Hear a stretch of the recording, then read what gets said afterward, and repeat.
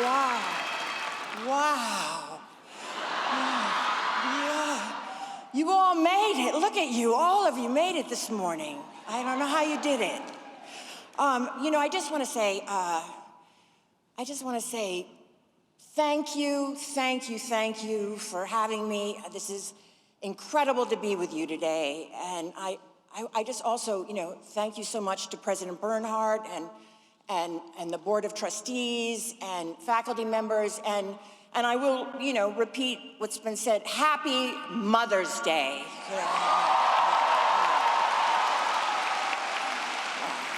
And those very proud moms out there. I don't know if any of you know this, so I'm going to tell you. See, I have always wanted to do this, and during COVID, I pitched myself for this job, and I even put myself on tape. I really did, and it's still on my Instagram. I did a speech in front of some scary-looking dolls at my house, and I did it. This was during the very center, the scariest part of lockdown, and I ended up getting a note back, and they said, "We've decided to go in a different direction." I guess I just want to say, I guess it wasn't my year, But the second time was a charm, and now I'm here, I'm speaking with you, and I just want you to know that I'm excited that I'm speaking with, some very excited gay students.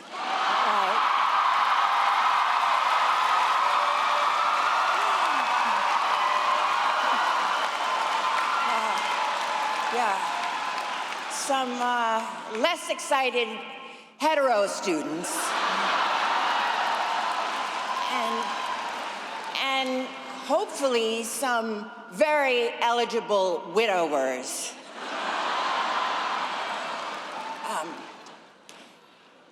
I want you to know that I'm so grateful to be back on campus in the Agganis Arena, home of BU's men's hockey.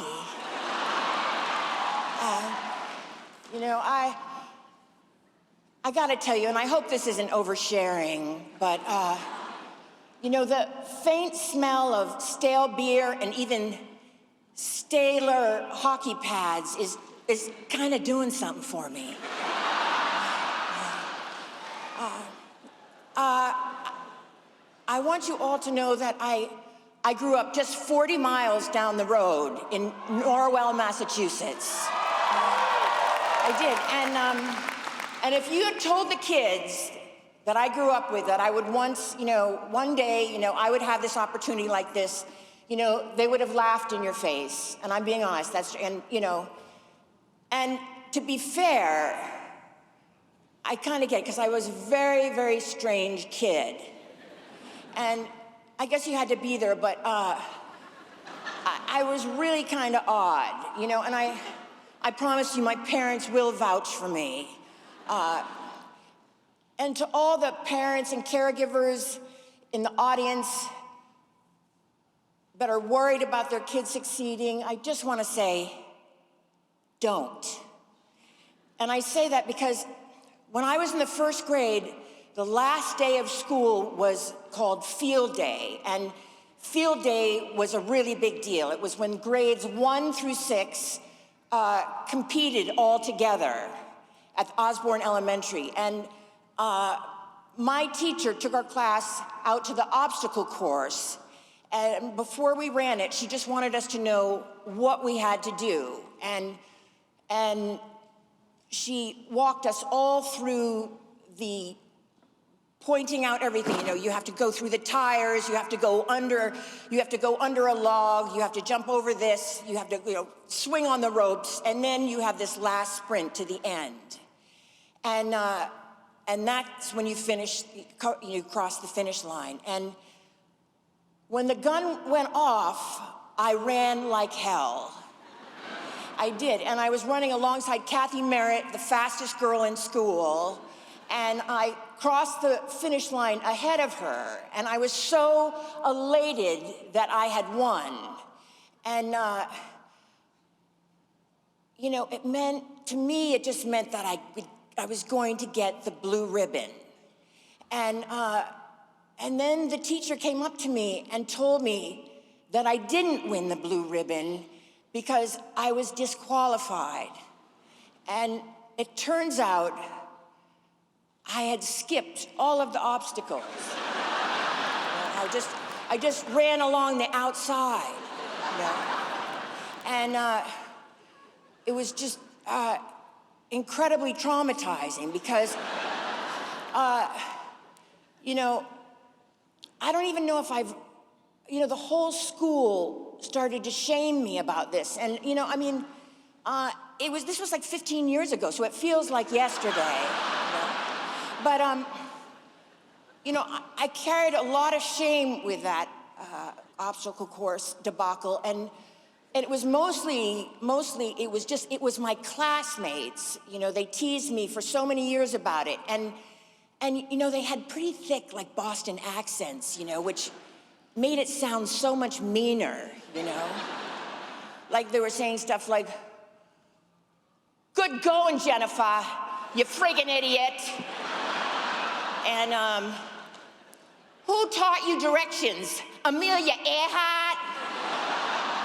And, you know, "Jennifer, the clams in my chowder are smarter than you."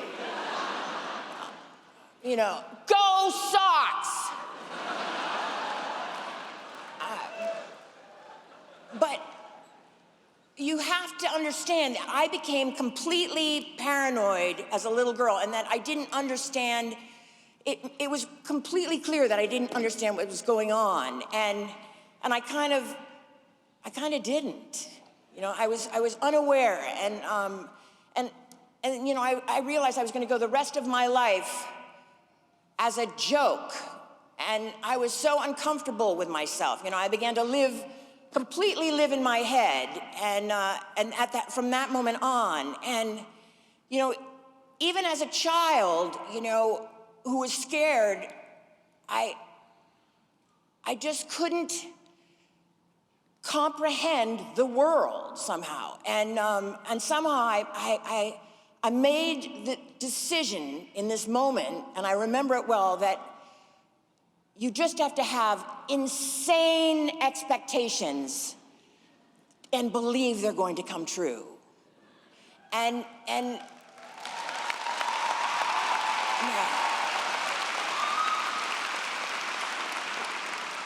And you know, my mother had a magazine in the living room, and it had Grace Kelly on the cover, and inside there was a full photo spread of her, you know, her lavish royal wedding, and a story about how she became the Queen of Monaco. And it was all in this moment that I realized that I wanted to be Queen of Monaco.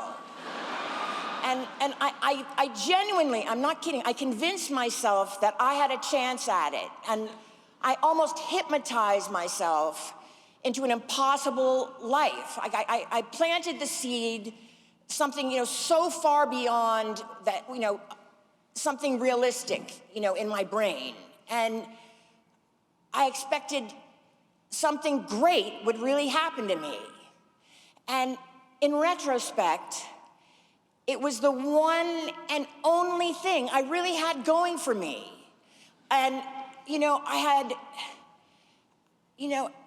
had this thing inside of me telling me that I could achieve anything in this world, you know, and there was just nothing to back it up, you know, and I mean, and I'm really talking like severe depression aside, you know, my fantasies somehow they sort of gained momentum, and I sort of started to power my reality somehow. And you can always probably relate to really wanting something. I bet everyone in this room really wants something. And maybe it's a writer here, you want to be a famous writer or just a decent writer or a great director or an actress who gets a job or two, whatever you want. But it's all okay, it's all totally okay. But when you find the thing that you want to do, I really want to highly recommend just frigging go for it.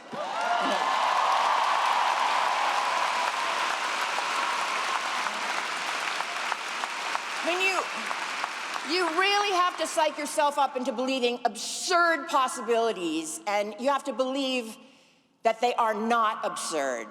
And, because, there's nothing foolish or accidental, there's nothing foolish, there's nothing accidental, about expecting, the seemingly, things are unattainable for yourself, and I don't care so much about what other people think right now. For so much of my life, I was in this constant state of just recovering from something that someone had said to me or had said about me. And that's what you get if you're overly sensitive. Like I'm sure a lot of you can relate to this, but there is a benefit to being overly sensitive, and that is, I don't know, I think somehow you're better at stuff. I don't know. You're taking in, it's such a hard hit when people say stuff and you see, no one else is sort of reacting and you take it hard. But I swear to God, you pay for you benefit from the hit. And I don't even regret that anymore. And, I just want you all to hear me say that don't listen to the people who mess up the real story that you've got going. And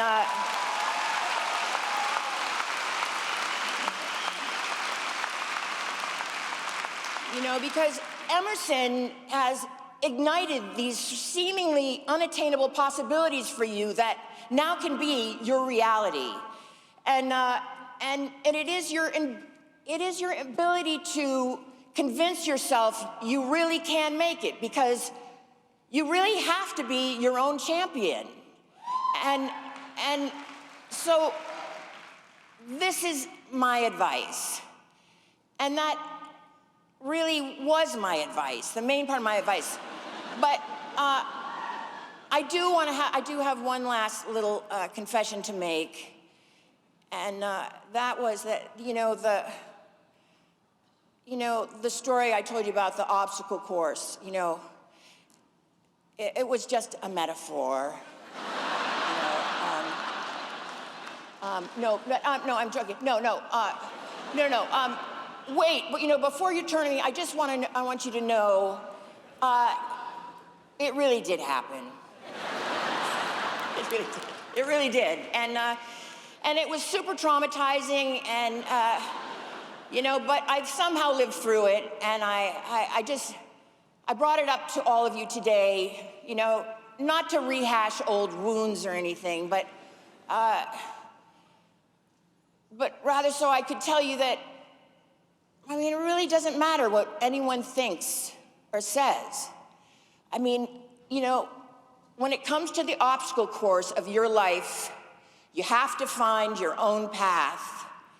And you can't perfectly plan it out from the beginning. And part of directing your life is just letting it unfold. So let it.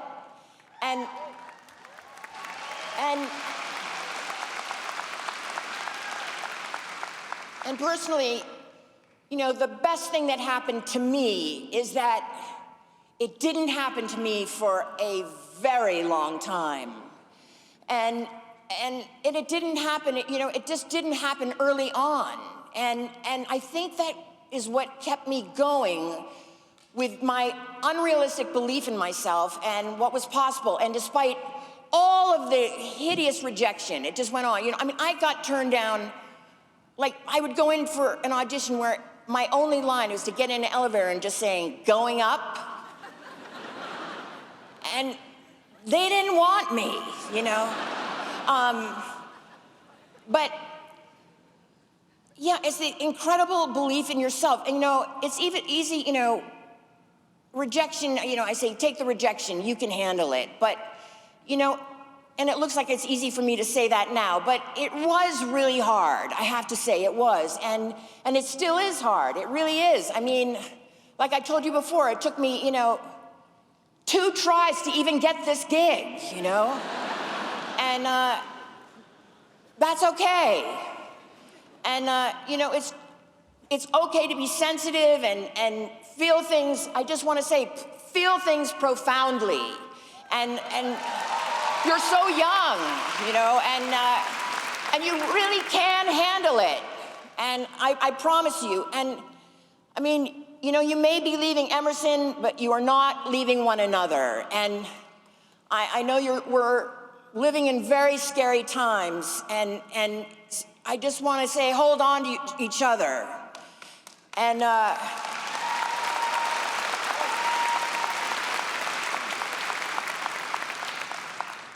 there are no great expectations to be realized without great people to realize with them. And I very strongly feel that way. I am so, I mean, I just can't, it's hard not to cry, but I'm so unbelievably proud of all of you. And I cannot wait to see, what's ahead for you.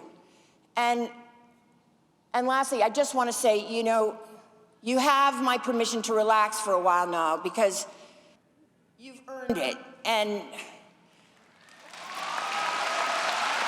yeah. And so what I'm saying is, give yourself the weekend, or maybe the summer until Labor Day. I mean, Labor Day, it's basically Thanksgiving, and then after that, it's practically the holidays. So you might wait till the new year to really, lock in. Yeah.